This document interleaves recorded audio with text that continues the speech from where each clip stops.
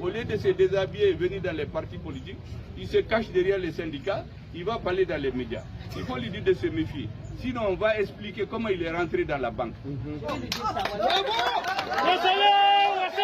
les cadres que vous voyez là, qui font du bruit, il n'y a pas un d'entre eux. Non, en bas, il faut acquérir Tchogomina.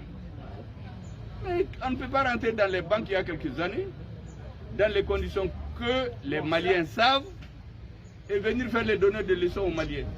Quand on veut faire la politique, on vient faire la politique. On ne peut pas se cacher dans les syndicats, se cacher dans la presse et venir jouer le politicien. Sinon, celui qui vous envoie là, qui se cache derrière vous, nous le connaissons, ils ne sont pas courageux. Tous les faux hommes politiques, défroqués, des gens que les Maliens ont rejetés, qui veulent compter au Mali, ils n'ont qu'à sortir sur le terrain politique. C'est clair. Et jouer à l'opposition avec les militaires, que lui il insulte le président. Le président, il est toujours respecté. Il est plus jeune que mon premier fils et mon petit-fils. Mais je le respecte parce que c'est lui le chef. Et je vous ai dit que toute personne qui vient à la tête du Mali, il faut le respecter. Jusqu'au jour où vous avez la conviction qu'il ne travaille pas pour le Mali. Pour l'instant, c'est Assimi Goïta qui dirige l'armée. C'est le chef suprême de l'armée. Il a son ministre de la Défense à côté.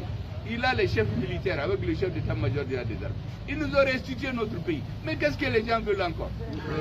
Il y en a qui sont là, le riz est cher et il n'y a rien. Mais le riz a toujours été cher. Même quand il y a des incendies, on dit que c'est le président. Mais ça, c'est quoi ça? Maintenant, quand on les critique, ils vont détourner, parce que leur objectif, c'est de créer des divisions entre le président et le premier ministre. Ils ne nous connaissent pas. Nous avons des lunettes qui voient clair. Des lunettes en bois là, que les docteurs nous ont mis. Nous avons cassé ces lunettes. Nous avons des lunettes qui voient, ce n'est pas des lunettes en bois.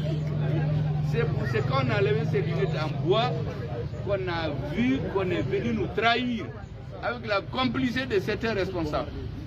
On a chassé MINUSMA. Avant, on a chassé Barkhane. Avant ça, on a chassé G5 Sahel. On a chassé Takuba. Voilà. Même les Balabala qui est en train de parler là, on va lui mettre du sable dans la bouche. Il va la fermer. Nos soldats sont en train de cogner les adversaires à Tinzawaten. Mais ils avaient perdu au début. Mais dans une guerre, c'est comme les hommes. Vous tombez malade, vous rêvez jusqu'à ce que vous gagnez. Mais le chef d'état-major n'a pas dit le contraire de ce que j'ai dit. Le porte-parole de l'armée, il a dit qu'on est tombé dans une embuscade là-bas. Mais je vois des ignares dans les médias, des hommes politiques de la génération spontanée,